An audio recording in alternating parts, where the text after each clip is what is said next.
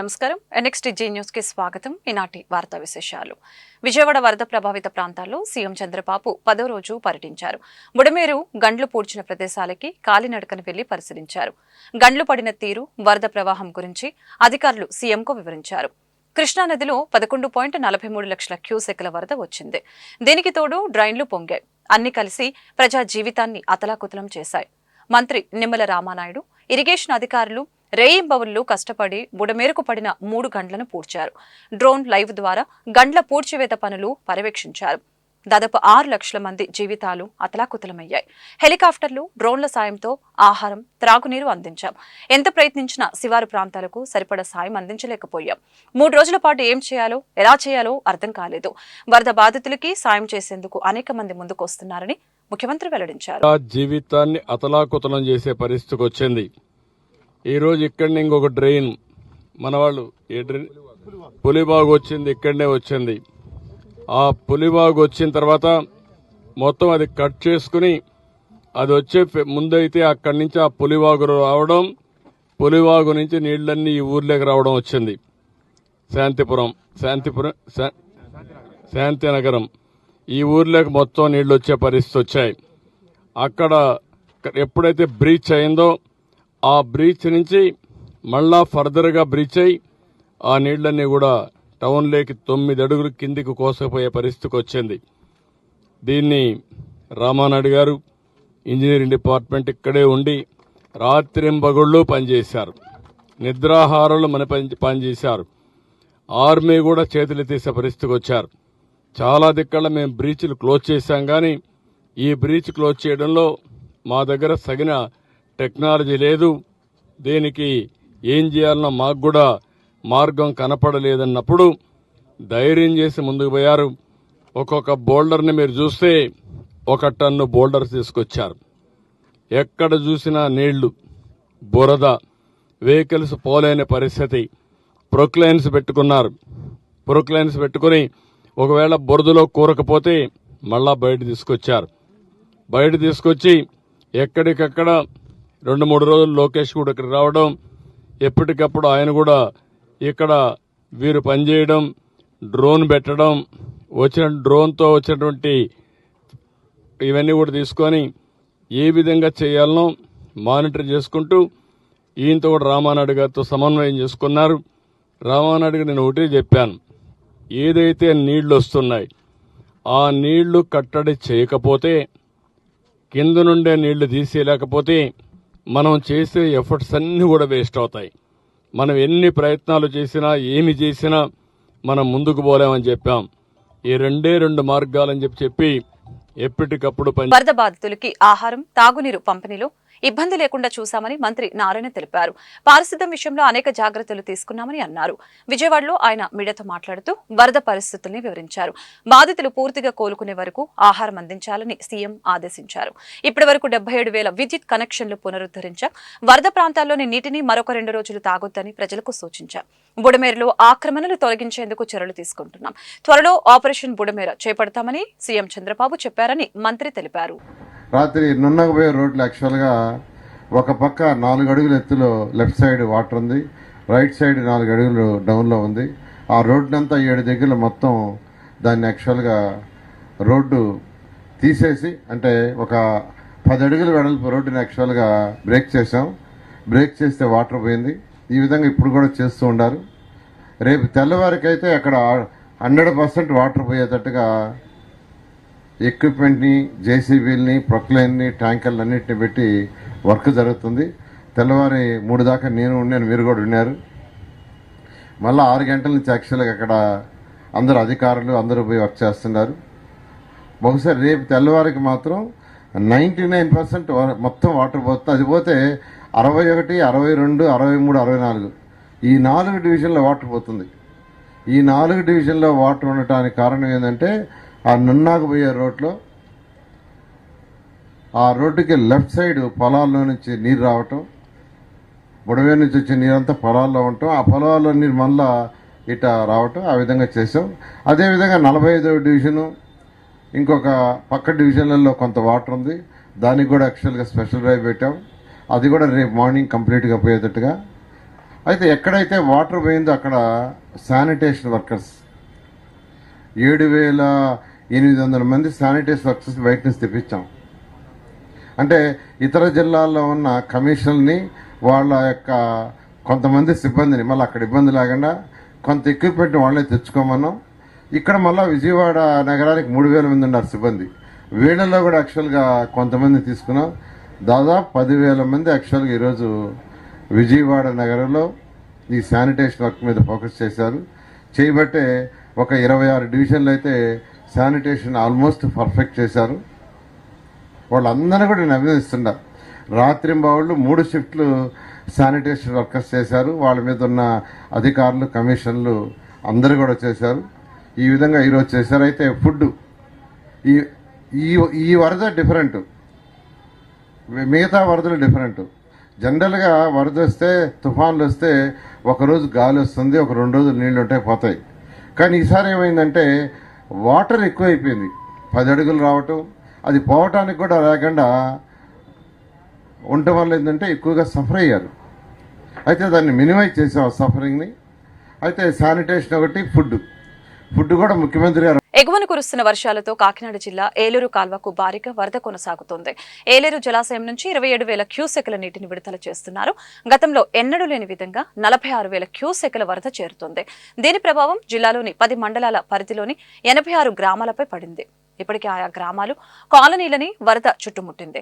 ఏలేశ్వరం, కిర్లంపూడి మండలాల్లో వేలాది ఎకరాల్లో పంటనీట మునిగింది. కిర్లంపూడి మండలం రాజుపాలెం, ఎస్ తిమ్మాపురం, గోపాలపట్నం, సుందరాయనపాలెం గ్రామాలు ఏలూరు వరద ముంపులో ఉన్నాయి. ఎస్ తిమ్మాపురం, రాజుపాలెం గ్రామాల వద్ద ఏలేరు కాల్వకు గండిపడటంతో భారీగా వరద గ్రామాలను ముంచెత్తింది. దీంతో ఇల్లు, పంట పొలాల్లోకి వరద చేరింది. దీంతో గ్రామాల నుంచి బయటకు వచ్చే మార్గం లేక ప్రజలు అవస్థలు పడుతున్నారు. గ్రామాల్లోని లోతట్టు ప్రాంతాల్లో ఉన్న ప్రజలని పునరావాస కేంద్రాలకు తరలించారు. వరదలు చిక్కుకున్న బాధితులకి ఆహారం, నీరు అందించేందుకు అధికారులు చర్యలు చేపట్టారు. ప్రకాశం బ్యారేజీ గేట్లని పడవలతో ఢీకొట్టిన ఘటన వైఎస్ జగన్మోహన్ రెడ్డి, సజ్జల రామకృష్ణారెడ్డి, నందిగం సురేష్, తలసిరి రఘురాం కుట్రేనని టీడీపీ పోలిట్ బ్యూరో సభ్యులు వర్ల రామయ్య ఆరోపించారు. టీడీపీ కార్యాలయంలో ఏర్పాటు చేసిన మీడియా సమావేశంలో ఆయన మాట్లాడారు. కుట్రలు, కుతంత్రాలతో వైఎస్ జగన్ పాలన సాగించారని విమర్శించారు. జగన్ పాలన అంతా నేరపూరితమేనని అన్నారు. జాతీయ సంపదైన ప్రకాశం బ్యారేజీని కుట్రలో ధ్వంసం చేయాలని అనుకున్నారని, ఇది దేశ ద్రోహం, నేరంతో సమానమని మండిపడ్డారు. చట్టబద్ధంగా ఎన్నికైన ప్రభుత్వాన్ని అప్రతిష్ట పాలు చేయాలని కుట్ర పన్ని పడవలతో ప్రకాశం బ్యారేజీని ఢీకొట్టేలా వ్యూహం పన్నారని ధ్వజమెత్తారు. ఆ పడవలు సరిగ్గా బ్యారేజీని ఢీకొని ఉంటే గ్రామాలన్నీ మునిగిపోయి ప్రజలు ప్రాణాలు కోల్పోయేవారని అన్నారు. 5 సంవత్సరాలు పనిచేసినా కూడా నేరపూరిత మనస్తత్వంతోనే అతను ముఖ్యమంత్రిగా పనిచేశాడు. అధికారంలోకి రావటానికి కూడా he used his criminal instinct wherever it is necessary. ఎక్కడెక్కడైతే అవసరం ఉందో అక్కడ ఈ క్రిమినల్ ఇన్స్టింక్ట్, నేరపూరిత ఆలోచనలు ఆయన వాడుతూనే ఉన్నారు. దాని ఫలితంగా అధికారంలోకి వచ్చారు. 5 సంవత్సరాలు ముఖ్యమంత్రిగా పనిచేయటం జరిగింది. చాలా దురదృష్టం అది. నిన్న ప్రకాశం బ్యారేజ్ దగ్గర ఈ పడవలతో ఢీకొట్టడం కూడా జగన్మోహన్ రెడ్డి గారి కుట్రలో భాగం. అది జగన్మోహన్ రెడ్డి గారు, సజ్జల రామకృష్ణారెడ్డి గారు, మాజీ ఎంపీ సురేష్ గారు, ఎమ్మెల్సీ తలసిల రఘురాం గారు, వీళ్ళ నలుగురు పన్నిన కుట్రలో భాగమే బ్యారేజ్ని పడవలతో ఢీకొట్టించటం. చాలా క్రిమినల్ అఫెన్స్ అది. ఒక భయంకరమైన కుట్ర అది. ప్రకాశం బ్యారేజ్ అదొక నేషనల్ ఎసెట్, అది జాతీయ సంపద. ప్రకాశం బ్యారేజ్ ఎవరి సొత్తో కాదు, వర్లరామయ్యదో, నారా చంద్రబాబు నాయుడు గారిదో, నారా లోకేష్ బాబు గారి సొత్తో కాదు. అది జాతి సంపద, రాష్ట్ర ప్రజల, దేశ ప్రజల సొత్తు అది. అందుకనే నేషనల్ ఎసెట్ అది. దానిని నాశనం చేయాలని కుట్ర పన్ని దానిని ఢీకొట్టించటం క్షమించరాని నేరం. దేశద్రోహ నేరంతో సమానం ఇది. It is but nothing but waging a war against the established government, legally established government. ప్రభుత్వాన్ని అప్రతిష్ట పాలు చేయటం కోసం ప్రభుత్వం ప్రజలు అబ్సల్యూట్ మెజారిటీ ఇచ్చి చంద్రబాబు నాయుడు గారి నాయకత్వంలో కూటమిని గెలిపిస్తే ఈ కూటమిని అప్రతిష్ట పాలు చేయటం కోసం కుట్ర పన్ని ఈ పడవలతో కృష్ణా ప్రకాశం బ్యారేజ్ని ఢీకొట్టించటం క్షమించడానికి నేరం అంటున్నాను నేను. దేశద్రోహ నేరంతో సమానం అంటున్నాను నేను. ప్రభుత్వాన్ని అప్రతిష్ట పాలు చేయటం కోసం పన్నిన కుట్ర అని నేను అంటున్నాను. ఉత్తరాంధ్రలో భారీ వర్షాల దృష్ట్యా ఆ ప్రాంత మంత్రులకి సీఎం చంద్రబాబు బాధ్యతలు అప్పగించారు. క్షేత్రస్థాయిలో తిరిగి సమీక్షిస్తూ ఎప్పటికప్పుడు తనకు నివేదించాలని ఆదేశించారు. విజయవాడ కలెక్టరేట్లో సోమవారం అర్ధరాత్రి వరకు సీఎం సమీక్ష చేపట్టారు. విజయవాడ నగరంలో వరద సహాయక చర్యలపై వివరాల్ని అడిగి తెలుసుకున్నారు. వరదలపై యుద్ధం తుది దశకొచ్చిందని, మంగళవారం సాయంత్రం లోపు నగరంలో సాధారణ స్థితి నెలకొనాలని ఆదేశించారు. అనంతరం ఇతర పాలన వ్యవహారాలపై దృష్టి పెట్టాలని స్పష్టం చేశారు.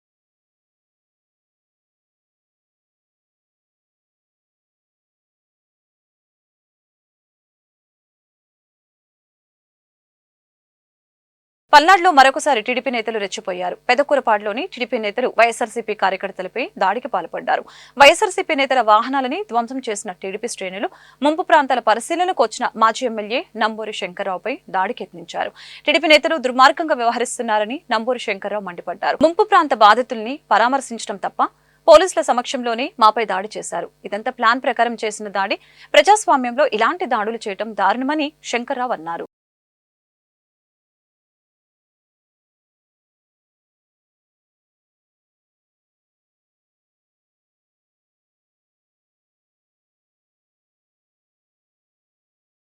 అధికారం శాశ్వతం కాదు. టీడీపీ నేతలు, కార్యకర్తలు ఈ విషయం గుర్తుపెట్టుకోవాలని మాజీ మంత్రి మేరకు నాగార్జున హెచ్చరించారు. ఇదే సమయంలో వైఎస్ఆర్సీపీ కార్యకర్తలు నాయకులపై దాడులు చేసి విధ్వంసాలు చేసి భయపెట్టాలని ప్రయత్నిస్తే తీవ్ర పరిణామాలు ఎదుర్కోవాల్సి ఉంటుందని కామెంట్స్ చేశారు. పల్నాడు జిల్లాలో మాజీ ఎమ్మెల్యే నంబూరు శంకర్రావుపై టీడీపీ నేతలు దాడికి పాల్పడ్డారు. ఈ దాడిపై మేరకు నాగార్జున స్పందించారు. ఈ క్రమంలో ఆయన మీడియాతో మాట్లాడారు. నంబూరు శంకర్రావుపై దాడి చేయడం హేయమైన చర్య. పల్నాడులో జరుగుతున్న దాడులపై హోంమంత్రి అనిత సమాధానం చెప్పాలి. హోంమంత్రి ఇష్టం వచ్చినట్లు మాట్లాడుతున్నారు. పల్నాడులో వైఎస్ఆర్సీపీ కార్యకర్తలు, నేతలపై దాడులపైన మాత్రం ఆమె మాట్లాడటం లేదని తెలిపారు. ఏ పార్టీ అయినా రైతులను ఆదుకోవాలా, స్వతహాగా పేద ప్రజలకు సహాయం చేసే మనిషి, రాజకీయాల్లో ఇలాంటి వ్యక్తులు ఉండటం అరుదు. అలాంటి ఒక మానవతా దృక్పథం ఉన్నటువంటి రాజకీయ నాయకుడైనటువంటి శంకర్రావు గారి మీద వారు పెదకూరపాడు కాన్స్టిట్యున్సీలో వరదకు సంబంధించి నష్టపోయిన రైతాంగాన్ని పరామర్శించడానికి వస్తూ ఉంటే చాలా పాశవికంగా, అమానుషంగా మరి కర్రలు, రాళ్లు తీసుకొని ఎగబడి దాడి చేయటం అనేది చాలా అన్యాయం. ఎందుకంటే ప్రభుత్వాలు ఈరోజు చంద్రబాబు నాయుడు గారు ముఖ్యమంత్రిగా ఉన్నారు, రేపు ఉండరు. రాజకీయాల్లో ఒకళ్ళు ప్రభుత్వాన్ని ఒకళ్ళు నడుపుతారు, ఒకసారి ప్రతిపక్షంలో వేరే వాళ్ళు ఉంటారు. ఆ కోణంలో పరిపాలన జరగాలి. కానీ ఇంత అమానుషంగా తోటి మనుషులని, తోటి రాజకీయ పార్టీలో పనిచేసేవాళ్ళని, అందరినీ కలిసి ఆ ప్రాంతంలో జీవించాలని తెలియకుండా మృగాల్లాగా ప్రవర్తించి దారుణంగా మీకేం పని, రోడ్డంటే రావటం, మీరేంద్ర ఎక్కడుంటాం అని భయభ్రాంతులు చేసే విధంగా దాడి చేయటం అనేది చాలా అమానుషం అని చెప్పి తెలియపరుస్తా ఉన్నాం. ఒక ప్రక్క శంకర్రావు గారు వచ్చే విషయాన్ని మా కేడర్కి చెప్పుండొచ్చు, మా నాయకులకు చెప్పుండొచ్చు, రైతాంగానికి చెప్పుండొచ్చు, రైతుల్లో ఏ పార్టీ వాళ్ళు ఉండే చెప్పుండొచ్చు. వాళ్ళంతా వస్తారు, నాయకుడు వస్తూ ఉన్నాడు, వారితో పాటు ప్రాబ్లం చెప్పుకోవచ్చని. కానీ మీరు వద్దంటాకి మీరెవరు, దాడులు చేయటానికి మీకు ఎక్కడుంది అధికారం అని కూడా అడుగుతా ఉన్నా. ఒక ప్రక్క లా అండ్ ఆర్డర్ చూసే ఎస్పీ గారికి ఫోన్ చేస్తే మేము ఈరోజు మార్నింగ్ వస్తూ ఉన్నాము, ప్రొటెక్షన్ పోలీసుని ఏర్పాటు చేయమని చెప్తే లేదు. మరి లా అండ్ ఆర్డర్ గురించి పోలీసు వారు ఏం చేస్తూ ఉన్నారో, పోలీసు వారు కూడా అక్కడే ఉన్నారు. కర్రలతో కారును కొడతా ఉంటే, జనం మీద దాడి చేస్తూ ఉంటే, అబ్యూజ్ చేస్తూ ఉంటే, బూతులు తిడతా ఉంటే, కళ్ళు లేని కబోజిల్లాగా పోలీసు వ్యవస్థ ఉంటే పరిపాలన ఏ విధంగా ముందుకెళ్తుంది? హోమ్ మినిస్టర్ గారు చెప్తా ఉంటారుగా, ఆమె ఏం వస్తే అది మాట్లాడుతుంది. ఆమె ఏం మాట్లాడితే ఆమెకి అర్థం కాదు. ఆమె ఎవరు పడితే ఏకవచనంతో మాట్లాడుతుంది. విజయవాడ వరద బాధితులకి సుమారు 2,000 మందికి 15 లక్షల విలువైన నిత్యావసర వస్తువులు గుంటూరు పశ్చిమ నియోజకవర్గం నుంచి అందజేస్తున్నామని స్థానిక ఎమ్మెల్యే గల్లా మాధవి తెలిపారు. ఒక్క పిలుపుతో వరద బాధితుల్ని ఆదుకునేందుకు ముందుకు వచ్చిన దాతలకి ఎమ్మెల్యే ధన్యవాదాలు తెలిపారు. మంగళవారం ఎమ్మెల్యే గల్లా మాధవి కార్యాలయంలో విజయవాడ వరద బాధితుల సహాయార్థం సేకరించిన నిత్యావసర వస్తువుల్ని మీడియా ఎదుట ప్రదర్శించారు. ఈ మేరకు ఎమ్మెల్యే మాట్లాడుతూ వరద బాధితులకి నిత్యావసర వస్తువులు అందించిన వారి పేర్లను వెల్లడించారు. వరద బీభత్సం కారణంగా సర్వం కోల్పోయిన బాధితులకి రాష్ట్ర ప్రభుత్వం అన్ని విధాల అండగా ఉంటుందని గుర్తు చేశారు. ఈ కార్యక్రమంలో తెలుగు మహిళా నాయకురాలు ములక సత్యవాణి, శివలీల, డాక్టర్ పంచుమర్తి, కల్పన, నంది సరస్వతి, రత్న, కందిమల్ల స్వప్న, గంటా మౌలిక, ఆర్ఆర్ఆర్ ఎస్టేట్ రాంబాబు, వాసు తదితరులు పాల్గొన్నారు. నమస్కారం. ఈరోజు వరద బాధితుల సహాయార్థం గుంటూరు పశ్చిమ నియోజకవర్గం మొత్తం కూడా తరలి వచ్చింది.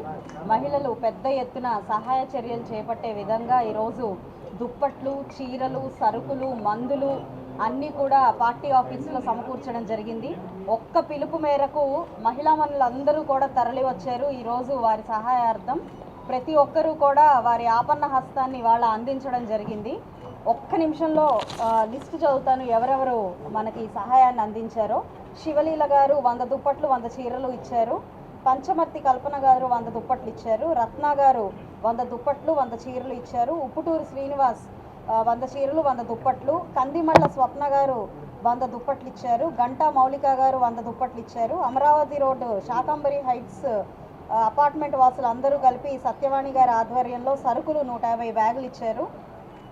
ఆర్ఆర్ ఎస్టేట్స్ నుంచి 100 బ్యాగులు సరుకులు ఇచ్చారు రామారావు గారు.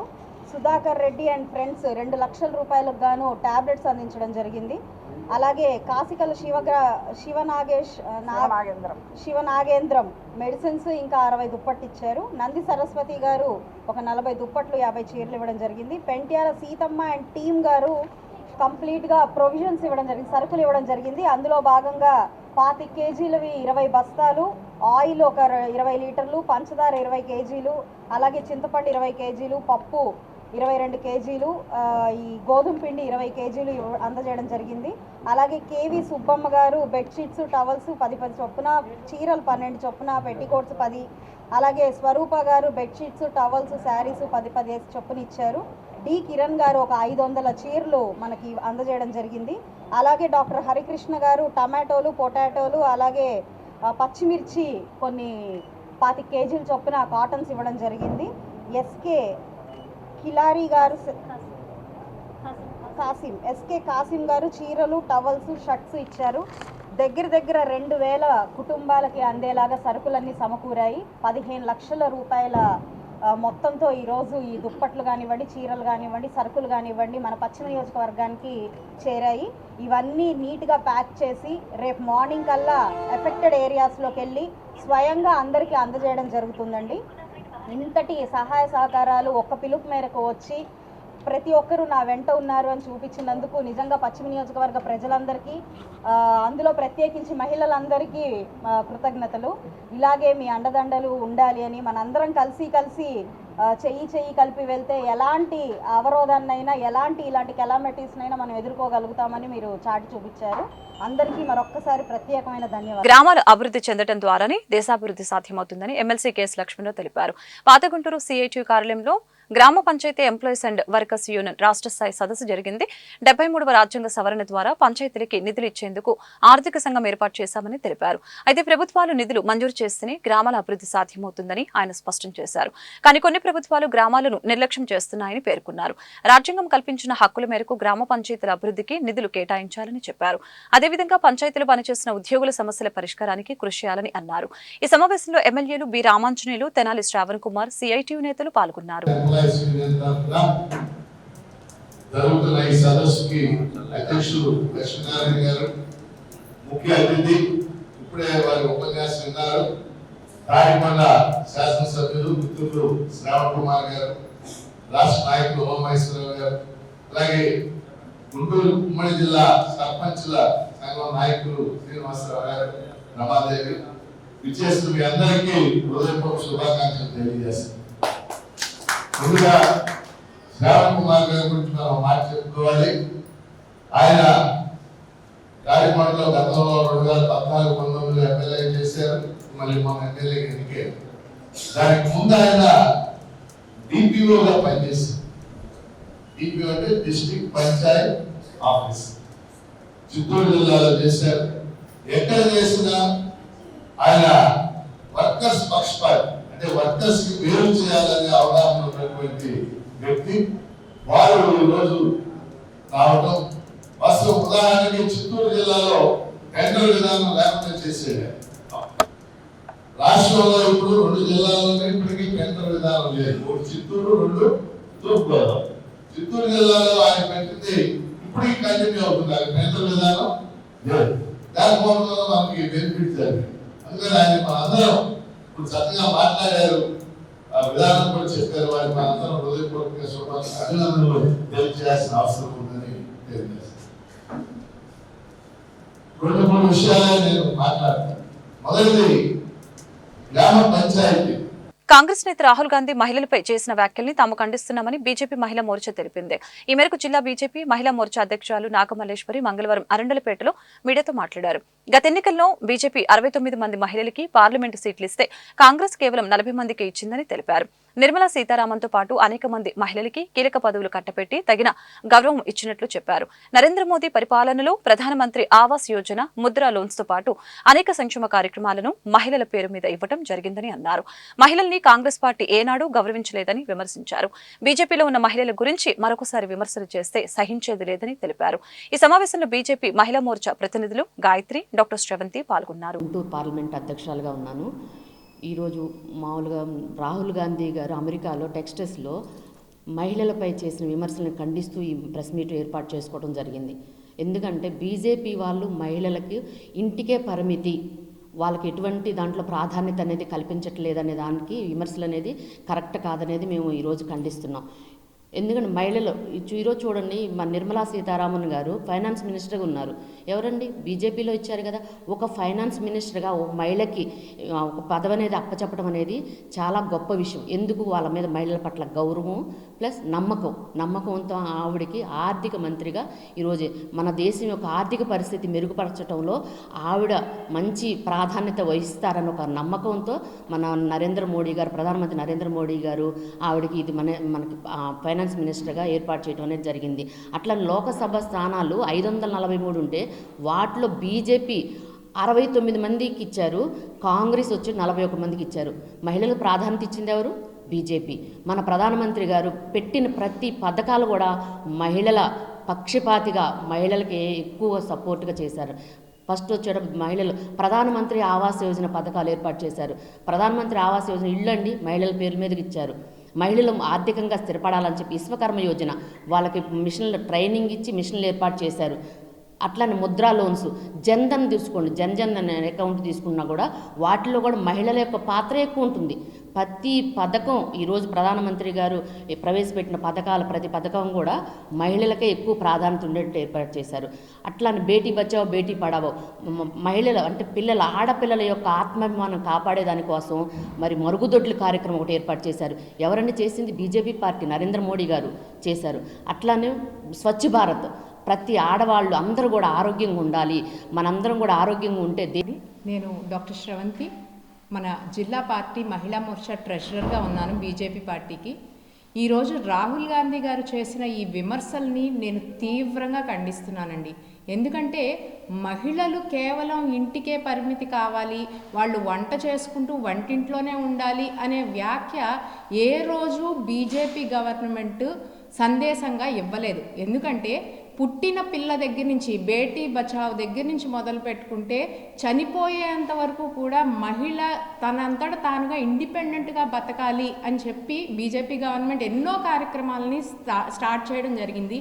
అలాగే అదే యొక్క అభివృద్ధి కార్యక్రమాలని మహిళలే కాకుండా చిన్న పిల్లల దగ్గర నుంచి వాళ్ళు చదువుకొని వాళ్ళంతట వాళ్ళుగా ఇండిపెండెంట్గా బతకాలి, ఉద్యోగాల పరంగా కూడా ఈ రోజునున్న పరిస్థితి నుంచి బయటికి రావాలి అంటే వాళ్ళంతట వాళ్ళు వాళ్ళ చేతి పనులు ఏవైతే వాళ్ళకు వచ్చో వాటితో వాళ్ళు డెవలప్ అవ్వాలని చెప్పి ముద్రా లోన్స్ కానీ లేకపోతే డ్వాక్రా రూపంలో కానీ మహిళలకి చాలా విధంగా ఎకనామికల్గా సపోర్ట్ ఇచ్చారు.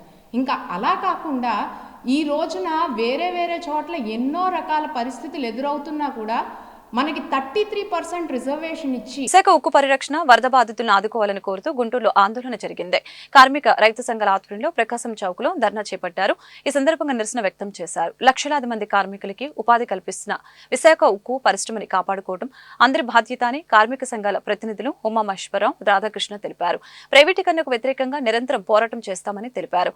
విశాఖ ఉక్కు పరిరక్షణ కోసం రాష్ట్ర ప్రభుత్వం కృషి చేయాలని అన్నారు. అదేవిధంగా వరదల్ని జాతీయ విపత్తుగా ప్రకటించి కేంద్ర ప్రభుత్వం తగిన విధంగా నిధులు విడుదల చేయాలని డిమాండ్ చేశారు.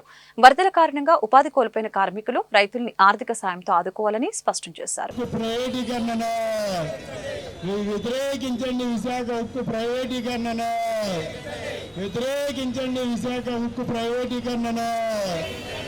ఉమా మహేశ్వరరావు, రాష్ట్ర కార్యదర్శి సిఐటియు ఆంధ్రప్రదేశ్ కమిటీ.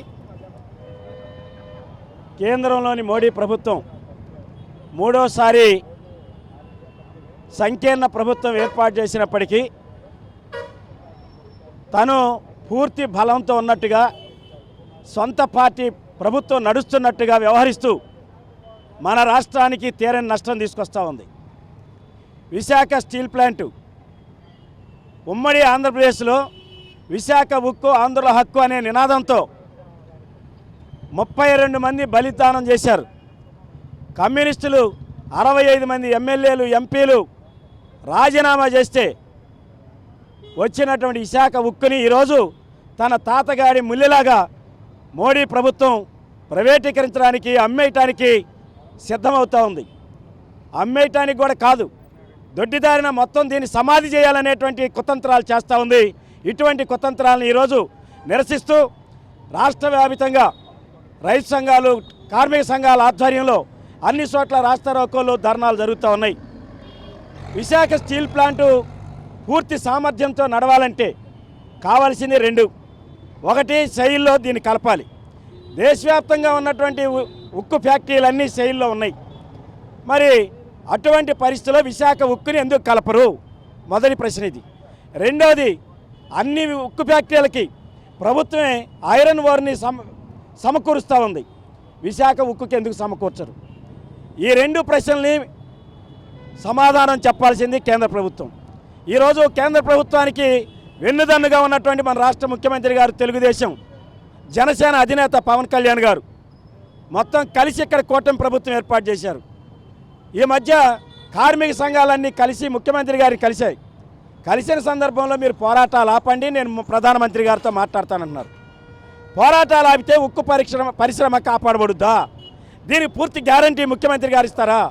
పవన్ కళ్యాణ్ గారు మంత్రి పదవి వచ్చిన తర్వాత ఇంతవరకు నోరు మీద పెట్టల.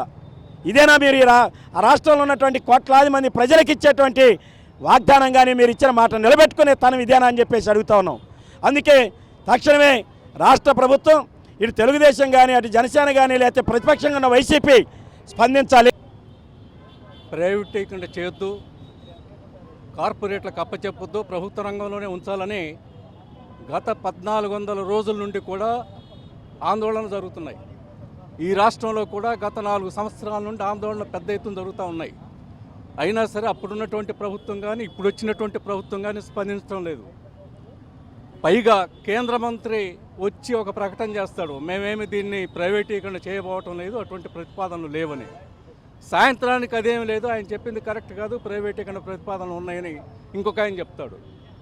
అదే రోజున బ్లాస్ట్ ఫర్నేసుల్ని పని ఆపేస్తారు. ఇప్పటికి మొత్తం 3 బ్లాస్ట్ ఫర్నేసులు ఉంటే 2 ఫర్నేసుల్ని పని ఆపేశారు. 500 మంది ఎంప్లాయీస్ని వేరే కంపెనీకి తరలిస్తున్నారు. 2500 మంది ఉద్యోగస్తులకి విఆర్ఎస్ ఇచ్చి పంపించేటువంటి ఏర్పాటు చేస్తున్నారు. ఇవన్నీ దేనికి సూచన అంటే, ఈ ఉక్కు ఫ్యాక్టరీని ఏదో ఒక విధంగా నష్టపరిచి, ఇది పని చేయటం లేదని అనిపించి బలహీనపరిచి అవతలి వాడికి, కార్పొరేట్లకు అప్పచెప్పడానికి చేస్తున్నటువంటి కుట్ర. దాదాపు 3 లక్షల కోట్ల రూపాయలు ఖరీదు చేసి ఆస్తులు ఉన్నటువంటి విశాఖ ఉక్కు ఫ్యాక్టరీ ఆసియాలోనే అతిపెద్ద ఉక్కు ఫ్యాక్టరీ, ఆసియాలోనే అత్యంత ఉన్నతమైనటువంటి క్వాలిటీ కలిగినటువంటి ఉక్కును అందిస్తున్నటువంటి ఉక్కు ఫ్యాక్టరీ, 28,000 మంది ఉద్యోగస్తులు, అలాగే 1,00,000 మందికి పైగా బ్రతుకుతున్నటువంటి విశాఖ ఉక్కు ఫ్యాక్టరీ. దీన్ని ఏం చేయదలుచుకున్నారు అనేటువంటిది ఇప్పటికీ 4 సంవత్సరాల నుండి ఆందోళన చేస్తూ ఉన్న ఏమాత్రం కూడా పట్టించుకునేటువంటి పరిస్థితి కనపడతా ఉంది. ఈ రాష్ట్రంలో చూస్తే దళిత పల్లెవీరుల అవార్డుల ప్రధానోత్సవం అరండలపేటలోని రైల్వే SC/ST భవన్లో ఘనంగా జరిగింది. కొమ్మెర్ల అనిల్ కుమార్ వర్ధంతి సందర్భంగా ఈ కార్యక్రమాన్ని నిర్వహించారు. దళిత బహుజన ఫ్రంట్ నేతలు కొరివి వినయ్ కుమార్, మేలం భాగ్యారావు, దళిత నేతలు బాపురావు, జాన్సన్, ప్రకాష్, రామారావు తదితరులు కార్యక్రమంలో పాల్గొన్నారు. చుండూరులో జరిగిన మారణ హోమంలో అనేక మంది ప్రాణాలు కోల్పోయారని చెప్పారు. అయితే ఆ పోరాటంలో అనిల్ కుమార్ సైతం పోలీస్ కాల్పులో మరణించారని తెలిపారు. ఆయన స్ఫూర్తితో పోరాటాలు చేసేవారికి ప్రతి ఏటా అవార్డులు అందిస్తామని వెల్లడించారు. పోరాటం గుంటూరు జిల్లా చుండూరులో 33 సంవత్సరాల క్రితం 10 మంది దళితుల్ని దారుణంగా నరికి చంపి గోతాల్లో కుక్కి తుంగభద్రలో తొక్కినటువంటి ఘోరమైనటువంటి సంఘటన మన జిల్లాలో మన ప్రాంతంలో జరిగింది. 30 సంవత్సరాల క్రితం ఏదైతే చుండూరులో సంఘటన జరిగిందో ఆగస్టు 6, 1991న ఆ జరిగిన సంఘటనకి ప్రత్యక్ష సాక్షి కొమ్మెర్ల అనిల్ కుమార్. ఆ పల్లెలోనే పుట్టి చదువుకున్నటువంటి యువకుడు కొమ్మెర్ల అనిల్ కుమార్ ఆ చుండూరు ఘోర సంఘటన ఎలా జరిగింది, ఎవరిని చంపారు, ఎవరు ఏం ఆయుధాలు పట్టుకొని వచ్చారు, ఎవరిని చంపితే వాళ్ళు చచ్చిపోయారు, గోతాల్లో ఎవరిని కుక్కారు, ఇవన్నీ ప్రత్యక్షంగా చూసిన సాక్షి కొమ్మెర్ల అనిల్ కుమార్. అప్పుడున్నటువంటి రాష్ట్ర ప్రభుత్వం చుండూరులో పోరాటం నడుస్తున్నప్పుడు కొమ్మెర్ల అనిల్ కుమార్ ప్రత్యక్ష సాక్షి కాబట్టి ఇతను సాక్ష్యం చెబితే చాలామంది అక్కడ ఉన్నటువంటి అగ్రకులాలకి పోలీసులకి శిక్షలు పడతాయి అనే ఉద్దేశంతో పోలీసుల్ని అగ్రకులాలని శిక్షల నుంచి తప్పించడం కోసం అప్పటి ప్రభుత్వం చుండూరులో నడుస్తున్నటువంటి శిబిరం మీద పోలీసు దాడి చేసి కొమ్మెర్ల అనిల్ కుమార్ ప్రత్యక్ష సాక్షినే కాల్చి చంపినటువంటి సంఘటన సెప్టెంబర్ 10వ తేదీన జరిగింది. అంటే ఒక నెల రోజుల పాటు శిబిరం చుండూరులో నడిస్తే నెల రోజుల తర్వాత దేశంలో ఉన్నటువంటి జాతీయ నాయకులు రామ్విలాస్ పాస్వాన్ గారు, ఇటువంటి పెద్ద నాయకులు, VP సింగ్ గారు, ఎంతోమంది అనేక పార్టీల నాయకులు చుండూరు వచ్చి మద్దతు తెలుపుతుంటే చూడలేని సహించలేని ఆనాటి ప్రభుత్వం పల్లెవీరుడు కొమ్మెర్ల అనిల్ కుమార్ని చంపి పోలీసులు కాల్చి చంపి ఆ శిబిరాన్ని చెల్లాచెదురుగా కొడితే అక్కడి నుంచి శిబిరం మరి లేసొచ్చి ఇక్కడ గుంటూరులో మంగళ మందిరంలో ఆ శిబిరాన్ని సంవత్సరం పాటు కొనసాగించాం. అంటే ఆ ప్రత్యక్ష సాక్షి చుండూరు కేసుకి మారణకాండకి ప్రత్యక్ష సాక్షి కొమ్మెర్ల అనిల్ కుమార్ యొక్క స్ఫూర్తిని, పోరాట స్ఫూర్తిని మరి మొత్తం దళిత జాతికి అంకితం ఇచ్చే దానికోసం దళిత బహుజన్ ఫ్రంట్ ప్రత్యేకంగా 33 సంవత్సరాలుగా కొమ్మెర్ల అనిల్ కుమార్ చనిపోయిన రోజుని సెప్టెంబర్ 10వ తేదీని ఈ రోజుని పల్లెవీరుల మహోత్సవంగా జరుపుతున్నాం. ఈ పల్లెవీరుల మహోత్సవంలో ప్రత్యేకంగా కొంతమంది దళితుల కోసం పోరాడేటువంటి నాయకుల్ని, వివిధ సంఘాల నాయకుల్ని గుర్తించి వాళ్ళకి పల్లెవీర్ అవార్డులు కూడా ఇవ్వటం జరుగుతుంది. ఆ కార్యక్రమాన్ని ఈరోజు నిర్వహించడం జరుగుతుంది. వరదల కారణంగా ఈ కార్యక్రమాన్ని చిన్న కార్యక్రమంగా పెట్టాం. ఇంకా పెద్ద కార్యక్రమాన్ని ఈ నెలాఖరులో కానీ వచ్చే నెలలో కానీ ఏర్పాటు చేస్తాం. అంటే చుండూరు పల్లెవీరుడు కొమ్మెర్ల అనిల్ కుమార్ యొక్క ఉద్యమ స్ఫూర్తి, అతని యొక్క ఉద్యమ త్యాగం, ప్రాణ త్యాగం దళితులకు స్ఫూర్తిగా నిలుస్తుంది. తెలంగాణ సాయుధ పోరాటంలో చాకలి ఐలమ్మ వీరోచిత చరిత్ర నేటితరం ఆదర్శంగా తీసుకోవాలని గుంటూరు పశ్చిమ ఎమ్మెల్యే గల్లా మాధవి పిలుపునిచ్చారు. ఆమె వారసురాలిగా ప్రజా సమాజహిత కార్యక్రమాలకి కట్టుబడి ఉంటామని వెల్లడించారు. గుంటూరు పశ్చిమ నియోజకవర్గ టీడీపీ కార్యాలయంలో చాకలి ఐలమ్మ వర్ధంతి కార్యక్రమం జరిగింది. ఈ సందర్భంగా ఎమ్మెల్యే గల్లా మాధవి బీసీ నేతలతో కలిసి ఐలమ్మ చిత్రపటానికి పూలమాలలు వేసి ఘనంగా నివాళులర్పించారు. ఈ మేరకు ఆమె మీడియాతో మాట్లాడారు. చాకలి ఐలమ్మ జీవితాన్ని ఆవిష్కరించారు. ఆమె ఉద్యమ పంద తెలంగాణ ప్రజల్ని మేలుకొల్పిందని వివరించారు. ఈ కార్యక్రమంలో బీసీ నేతలు అన్నవరపు నాగమల్లేశ్వరరావు, మల్లెల ఈశ్వరరావు, చంద్రగిరి బాబు తదితరులు పాల్గొన్నారు. ఐలమ్మ గారి వర్ధంతి అందరికీ చాకలి ఐలమ్మగా పేరుగాంచబడిన మహోన్నత వ్యక్తి. ఆనాడే తెలంగాణ సాయుధ పోరాటంలో ఆమె తమ గళం తిప్పి ఈ యొక్క మన దొరల పాలన నుంచి విముక్తి కలిగించే తొలి అడుగుని వేసిన ఐలమ్మ గారికి ప్రతి ఒక్కరు కూడా ఈరోజు రుణపడి ఉంటారు. అణిచివేతకి తొలి మాటగా, తొలి అడుగుగా ఆవిడ యొక్క దీశాలిత్వాన్ని చూపిస్తూ ఎందుకు మేము మీకు ఈ పంటనివ్వాలి, ఎందుకు మీకు మేము కప్పం కట్టాలి అనే ఒక నినాదంతో ఈరోజు ఎంతోమందికి ఆదర్శంగా ఎక్కడ అణిచివేత గురైనా, ఎక్కడ అగ్రకులాలు కానివ్వండి, లేదంటే మరి ఇతరత్ర ఏ ఆధిపత్యాన్నైనా కూడా అణిచివేసే క్రమంలో ఆవిడ ఎప్పుడు చిరస్మరణీయురాలుగా మిగిలారు. అలాంటి ఒక గొప్ప వ్యక్తి వర్ధంతి ఈరోజు పురస్కరించుకొని మా బీసీ సోదరులందరూ కూడా ఆమె స్ఫూర్తితో ఆమెకి ఘన నివాళులు అర్పించడం జరిగింది. పశ్చిమ నియోజకవర్గ క్యాంప్ ఆఫీస్లో ఈరోజు ఐలమ్మ గారి చిత్రపటానికి మాల వేసి ఘన నివాళులు అర్పించడం జరిగింది.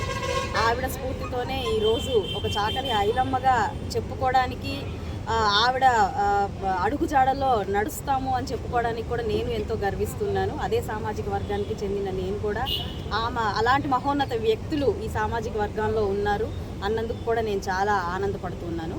అయితే ఇది ఒక సామాజిక వర్గ దృక్పథంతోనే కాకుండా సమాజంలో ఎప్పుడైనా కూడా గలం విప్పే వాళ్ళది అద్భుతమైన ఒక దృక్పథం ఉంటుంది. ఎందుకు అనంటే ఎంతోమంది భయాందోళనతోనో లేకపోతే స్వార్థంతోనో ముందుకు రాని పరిస్థితుల్లో ఏం జరిగినా పర్వాలేదు, ప్రజలకి మంచి జరగాలి, మనకి మంచి జరగాలి అని చెప్పి గళం విప్పేవాళ్ళు, తొలి అడుగు వేసేవాళ్ళు ఎప్పుడు కూడా గొప్పవాళ్లే. అలాంటి సాయుధ పోరాట యోధుల్లో ముందుగా నిలిచేవారు మన చిట్యాల ఐలమ్మ గారు. చాలా ప్రసిద్ధిగాంచారు చాకలి ఐలమ్మగా. ఆవిడని మరొక్కసారి స్మరించుకుంటూ ఆవిడ సామాజిక వర్గంలో పుట్టిన నేను కూడా మరొక చాకలి ఐలమ్మగా పేరు గాంచాలి అని చెప్పి ప్రతి ఒక్కరి తరపున నాగలం కూడా విప్పాలి అని చెప్పి నేను కోరుకుంటూ ప్రతి ఒక్కరికి మరొక్కసారి చాకల ఐలమ్మ గారి వర్ధంతి పురస్కరించుకొని ఆవిడ స్ఫూర్తి పదంలో నడవాలి అని చెప్పి పిలుపునిస్తూ ధన్యవాదాలు. ఈనాటి మా చాకలి ఐలమ్మ బీసీల ముద్దుబిడ్డ, మా యొక్క ఇంటి ఆడపడుచు, మా శాసనసభ్యులు శ్రీమతి గల్లా మాధవి అక్క గారి యొక్క క్యాంప్ ఆఫీస్లో, కార్యాలయంలో మరి అశేష ప్రజావాహినికి కొన్నంత అండగా ఉంటూ అనేక ఉద్యమ పోరాటాలు చేసి బడుగు బలహీన వర్గాలకు సముచితమైనటువంటి స్థానం కల్పించి స్థలాల విషయాల్లో కావచ్చు, ఉద్యమ పోరాటాల విషయాల్లో కావచ్చు అందరికీ సమన్యాయం చేసినటువంటి వీర వనిత, మేమందరం కూడా గర్వించదగినటువంటి మా ఇంటి ఆడపడుచు ఆనాటి మా ఐలమ్మ గారి యొక్క ఆమె త్యాగాన్ని, ఆమె శ్రమను, ఆమె మా కొరకు చేసినటువంటి పోరాట ఉద్యమాలను స్మరిస్తూ ఈరోజు మా యొక్క శాసన సభ్యులు అయినటువంటి మా అక్క గల్లా మాధవి గారి మేమందరం కూడా బీసీ నాయకులందరం, జిల్లా పార్టీ బీసీసీఎల్ అధ్యక్షులు వేములకొండ శ్రీనివాసు, అలాగే బీసీ సంఘ నాయకులు అన్నవరపు నాగమల్లేశ్వరరావు గారు, బట్రా సంఘం కన్వీనరు మన రాజు, మేమందరం కూడా ఆమె యొక్క అడుగుజాడలో నడిచి మా బీసీ కుటుంబ సభ్యులకు మా వంతు మేము సహాయ సహకారాలు అందిస్తూ ప్రయాణం చేస్తామని మా రాష్ట్ర ముఖ్యమంత్రి వర్యులు శ్రీ నారా చంద్రబాబు నాయుడు గారు బీసీలకు చేస్తున్నటువంటి సంక్షేమాన్ని ప్రజలకు అందే విధంగా ప్రతి ఒక్కరం కూడా పనిచేస్తామని తెలియజేస్తూ ఆ యొక్క పోరాట ఉద్యమ వీర వనితకు ఈరోజు ఆమె వర్ధంతి సందర్భంగా మేమందరం కూడా ఆమెకి జోహార్లు అర్పిస్తున్నాము. జోహార్ ఐలమ్మ, జోహార్ ఐలమ్మ, జోహార్ ఐలమ్మ. బుడమేరు విజయవాడ సంక్షేమంపై సీఎం చంద్రబాబు రాజకీయం చేస్తున్నారని మాజీ మంత్రి అంబటి రాంబాబు ధ్వజమెత్తారు. వైఎస్ఆర్సీపీని టార్గెట్ చేస్తూ కక్షపూరితంగా వ్యవహరిస్తున్నారని అన్నారు. తాడేపల్లిలో మంగళవారం ఆయన మాట్లాడారు. ప్రకాశం బ్యారేజ్లో 3 పడవలపై తప్పుడు విమర్శలు చేస్తున్నారని దుయ్యబట్టారు. బ్యారేజీలకి 3 బోట్లే కాదని టూరిజం బోట్లు వచ్చాయని తెలిపారు. బోట్లు తెగిపోతే వైఎస్ఆర్సీపీకి ఏం సంబంధమని ప్రశ్నించారు. ఈ కేసులో అరెస్టైన కోమటి రామ్మోహన్, ఉషాద్రి టీడీపీ నేతలకి సన్నిహితులేనన్న విషయాన్ని అంబటి ప్రస్తావించారు. కోమటి రామ్మోహన్ అమెరికా ఎన్ఆర్ఐ టీడీపీ నేత కోమటి జయరాంకు బంధువు. ఉషాద్రి లోకేష్తో దిగిన ఫోటోలు ఉన్నాయని చెప్పారు.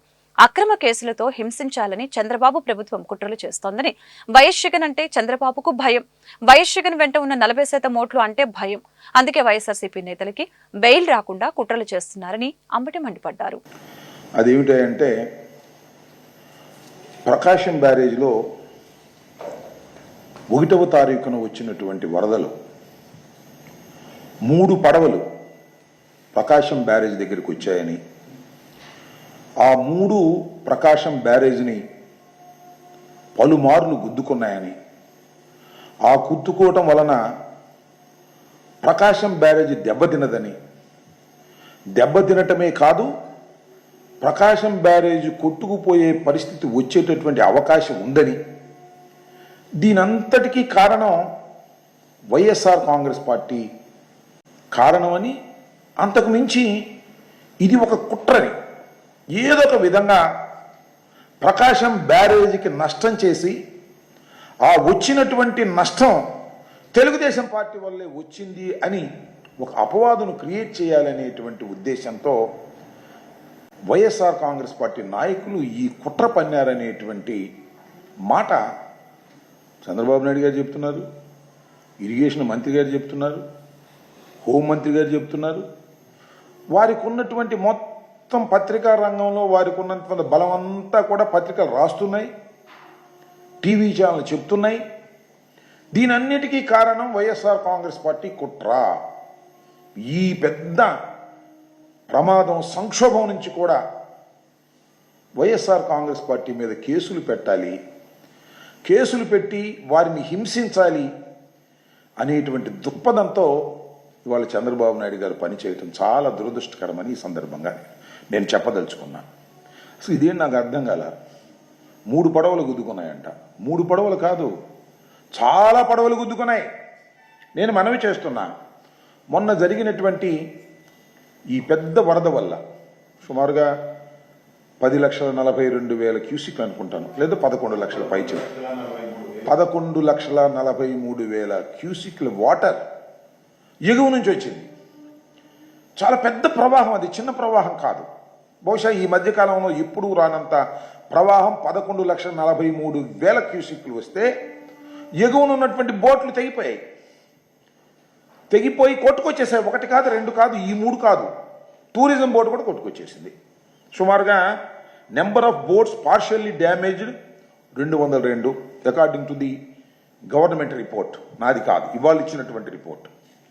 Number of fully damaged boats 432. ఈ వార్తలు ఇంతతో సమాప్తం. మరొక బులెటిన్లో మళ్ళీ కలుద్దాం. నమస్కారం.